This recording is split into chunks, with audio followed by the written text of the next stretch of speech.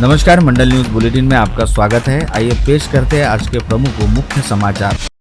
शिवसेना में प्रवेश करके महज 10 दिनों में विधान परिषद पर निर्वाचित हुए बच्चू कडू अब फिर आक्रामक भूमिका में नजर आ रहे हैं। राज्य के दिव्यांग और नेत्रहीन कामगारों को मिलने वाली संजय गांधी निराधार योजना की सहायता पिछले कुछ महीनों से रुकी होने के कारण बच्चू कडू ने सीधे मुख्यमंत्री देवेंद्र फडणवीस और उप मुख्यमंत्री एकनाथ शिंदे को ही धमकी दी है। दिव्यांगों के मुद्दों पर सरकार ने तुरंत ध्यान देना चाहिए, अन्यथा मंत्रालय पर आंदोलन छेड़ना पड़ेगा, ऐसी स्पष्ट चेतावनी उन्होंने दी। इससे राजनीतिक हलकों में भी इस भूमिका की जोरदार चर्चा हो रही है। नागपुर विभाग के विभिन्न जिलों से आए लगभग 50 नेत्रहीन नागरिकों ने मुख्यमंत्री सचिवालय पहुंचकर अपनी व्यथा बताई। घर का किराया, बिजली बिल, इलाज और रोजमर्रा की जरूरतें पूरी करने में भारी कठिनाइयां आ रही है, ऐसा उन्होंने बताया। कई नेत्रहीन नागरिक रेलवे स्टेशन, बस स्टेशन और सार्वजनिक स्थानों पर गोलियां, बिस्किट या छोटी वस्तुएं बेचकर जीवन यापन करते हैं। सरकार की 2,500 रुपए की मदद पर उनका जीवन निर्भर होने के बावजूद वही मदद बंद होने से उनके सामने बड़ा सवाल खड़ा हो गया है। भारतीय जनता पार्टी के पूर्व शहराध्यक्ष व प्रदेश पदाधिकारी जयंत डेहनकर एवं भारती डेहनकर की सुपुत्री के विवाह उपलक्ष्य में आज स्थानीय होटल ग्रैंड महफिल के रूबी हॉल में स्वागत समारोह का आयोजन किया गया था। इस अवसर पर नवयुगल को आशीर्वाद देने हेतु राज्य के राज्य मंत्री व जिला पालक मंत्री चंद्रशेखर बावनकुले विशेष तौर पर उपस्थित हुए थे। उनकी डेहनकर परिवार सहित शहर के प्रथम नागरिक व महापौर श्रीचंद तेजवानी ने अगवानी की। इस अवसर पर विधायक प्रवीण तायडे व संजय कुटे, पूर्व मंत्री प्रवीण पोटे पाटिल, भाजपा शहराध्यक्ष डॉक्टर नितिन दांडे, जिलाध्यक्ष प्रभुदास भिलावेकर, विदर्भ क्षेत्र समन्वयक प्राध्यापक दिनेश सूर्यवंशी, स्वीकृत पार्षद प्राध्यापक संजय तिरककर, पूर्व पार्षद तुषार देशमुख, सचिन रासने व सुनील काळे, पूर्व जिलाध्यक्ष निवेदिता चौधरी व भाजपा पदाधिकारी सदु पुंशी सहित अनेक भाजपा पदाधिकारी उपस्थित थे।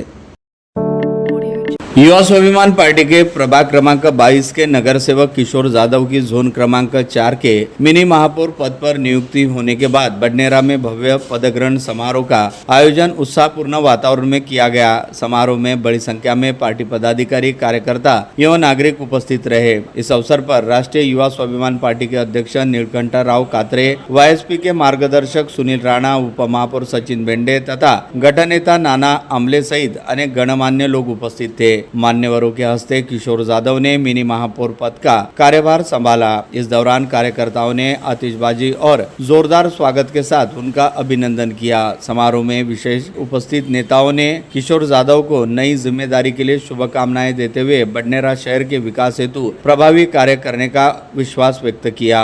शहर की मूलभूत सुविधाएं, सड़कें, जलापूर्ति, स्वच्छता एवं नागरिकों की समस्याओं के समाधान के लिए युवा स्वाभिमान पार्टी प्रतिबद्ध रहने की बात उन्होंने कही। अपने संबोधन में किशोर जाधव ने कहा कि वे विधायक रवि राणा के मार्गदर्शन एवं निर्देशानुसार बडनेरा शहर के सर्वांगीण विकास के लिए सदैव तत्पर रहेंगे। उन्होंने कहा कि जोन क्रमांक 4 में विकास कार्यों को गति देकर आम नागरिकों की समस्याओं का प्राथमिकता से समाधान किया जाएगा। अमरावती महानगर पालिका के जोन क्रमांक 2 राजापेट अंतर्गत प्रभाग क्रमांक 18 के विभिन्न क्षेत्रों का शनिवार को अतिरिक्त आयुक्त शिल्पा नाइक ने प्रत्यक्ष निरीक्षण किया। निरीक्षण के दौरान फर्शी स्टॉप, दस्तूरनगर, बालाजी मंगल कार्यालय के समीप स्थित नाला, कंवर नगर क्षेत्र के नाले एवं सड़कें, वीआईपी अपार्टमेंट के पास का नाला, शंकर नगर का नाला तथा केडिया नगर उद्यान परिसर का दौरा किया। निरीक्षण के दौरान अतिरिक्त आयुक्त शिल्पा नाइक ने सभी नालों की नियमित गहन सफाई कर जमा गाद तत्काल हटाने के निर्देश दिए। साथ ही नालों में कचरा फेंकने वाले नागरिकों पर लगातार सख्त दंडात्मक कार्रवाई करने के निर्देश दिए। मनपा के अतिक्रमण विभाग द्वारा हॉकर्स व्यवसायियों पर की गई कार्रवाई के विरोध में शहीद भगत सिंह हॉकर्स यूनियन ने मनपा आयुक्त को ज्ञापन सौंपा। यूनियन ने आरोप लगाया कि कार्रवाई के दौरान बड़ी संख्या में हाथगाड़ी और व्यापारियों का सामान जब्त किया गया, जिससे परिवार के पेट भरने का प्रश्न निर्माण हो गया। यूनियन के संस्थापक अध्यक्ष एवं पथ विक्रेता समिति सदस्य गणेश मारोटकर के नेतृत्व में सौंपे गए ज्ञापन में कहा गया कि स्कूल, कॉलेज प्रवेश और फीस के इस दौर में कार्यवाही से व्यापारियों की आर्थिक स्थिति गंभीर हो गई है। उन्होंने नियमों के तहत शुल्क लेकर जब्त सामान तत्काल लौटाने और कार्यवाही रोकने की मांग की। यूनियन ने चेतावनी दी है कि यदि जब्त माल जल्द ही नहीं लौटाया तो तीव्र आंदोलन किया जाएगा। खरीफ सीजन के दौरान किसानों को खेती से जुड़े इनपुट्स की उपलब्धता एवं अन्य समस्याओं के त्वरित समाधान के लिए कृषि विभाग महाराष्ट्र ने पहली बार विशेष कंट्रोल रूम शुरू किया है। यह कंट्रोल रूम 5 मई से 30 दिसंबर तक कार्यालयीन समय में कार्यरत रहेगा। किसानों की शिकायत के समाधान के लिए यहाँ 2 कर्मचारियों की नियुक्ति की गई है। इसके साथ ही जिला स्तर पर एक फ्लाइंग स्क्वाड का भी गठन किया गया है।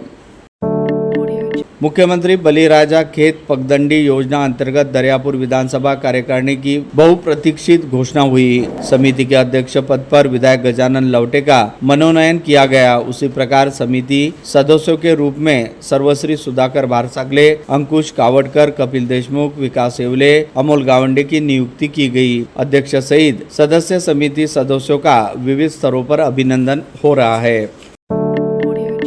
बुल्डाना में कर्मचारियों का अधिकार रहने वाली पेंशन के संदर्भ में राज्य सरकार ने हाल ही में एक बेहद महत्वपूर्ण कदम उठाया है, जिसके चलते अब कर्मचारियों को उनके अंतिम वेतन की 50% रकम पेंशन के तौर पर मिला करेगी। इसके लिए संशोधित राष्ट्रीय निवृत्ति योजना लागू किया गया है। अमरावती पदवीधर निर्वाचन क्षेत्र के विधायक धीरज लिंगाडे द्वारा इस मांग के लिए लोकतांत्रिक तरीके से समय पर किए गए प्रयास अब सफल साबित हुए हैं। महाराष्ट्र शासन की ओर से नागरिकों की समस्याओं के त्वरित निराकरण हेतु चलाए जा रहे महाराजस्व अभियान के अंतर्गत भातकुली में विशेष शासकीय शिविर का आयोजन किया गया। इस अभियान में विभिन्न शासकीय विभागों के अधिकारी एवं कर्मचारियों ने बड़ी संख्या में उपस्थित रहकर किसानों तथा आम नागरिकों की समस्याओं का समाधान किया। कार्यक्रम में युवा स्वाभिमान पार्टी के मार्गदर्शक सुनील राणा, तहसीलदार मांडवे, नगराध्यक्ष कोलटके, तलाटी गिल तथा युवा स्वाभिमान पार्टी के भातकुली तालुका अध्यक्ष मंगेश इंगोले प्रमुख रूप से उपस्थित थे। इस अभियान में कृषि विभाग, इलेक्ट्रॉनिक विभाग, सार्वजनिक निर्माण विभाग, महसूल विभाग, भूमि अभिलेख विभाग तथा सेतु विभाग के अधिकारी एवं कर्मचारियों ने भाग लिया। शिविर में किसानों और आम नागरिकों की विभिन्न समस्याओं, लंबित प्रकरणों, 7/12 उतारों, बिजली संबंधी शिकायतें, सड़क एवं निर्माण कार्यों से जुड़ी मांगों तथा विभिन्न शासकीय योजनाओं से संबंधित मामलों का त्वरित निराकरण किया गया। इस दौरान शासन की विभिन्न योजनाओं के अंतर्गत किसान लाभार्थियों को सहायता प्रदान करते हुए सुनील राणा के हस्ते किसानों को ट्रैक्टर, रोटेरेटर तथा अन्य कृषि उपकरणों का वितरण किया गया। आधी रात के बाद तड़के 2:45 बजे आई आंधी ने शहर के अनेक भागों में कोहराम मचाया। इरविन चौक के धराशायी यातायात सिग्नल का यह दृश्य देर रात की आंधी तूफान की कहानी बता रहा है। शहर के अन्य कई एरिया में पेड़ टूटने, उखड़ने और बिजली पोल मुड़ने के समाचार भी मिल रहे हैं।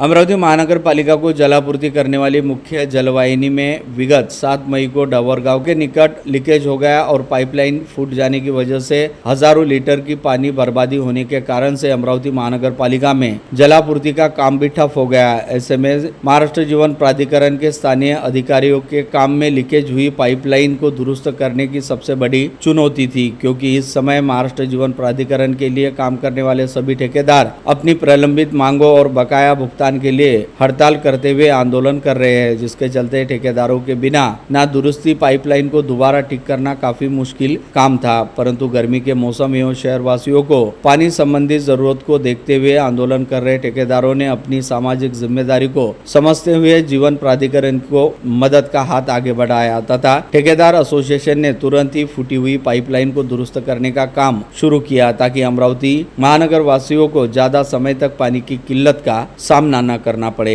ठेकेदारों द्वारा किए गए इस सहयोग के चलते जीवन प्राधिकरण ने दावा किया कि आगामी कल परसों तक अमरावती महानगर पालिका की जलापूर्ति सुचारू हो जाएगी।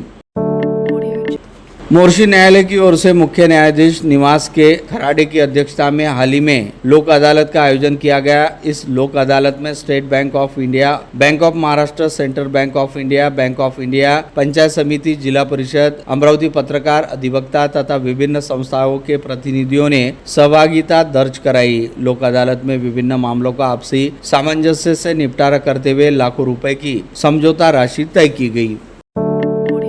भीषण गर्मी में जरूरतमंदों को राहत पहुंचाने के उद्देश्य से अरहम युवा सेवा ग्रुप द्वारा लगातार सेवा कार्य किए जा रहे हैं। राष्ट्रसंत परम नम्र मुनि गुरुदेव की प्रेरणा से चलाए जा रहे इस सेवा अभियान के अंतर्गत हाल ही में तापड़िया मॉल के पीछे स्थित ड्रीम्स प्राइड परिवार के सहयोग से गोपाल नगर बडनेरा रोड क्षेत्र में 909 ग्लास ठंडा पानी मसाला छाछ का वितरण किया गया।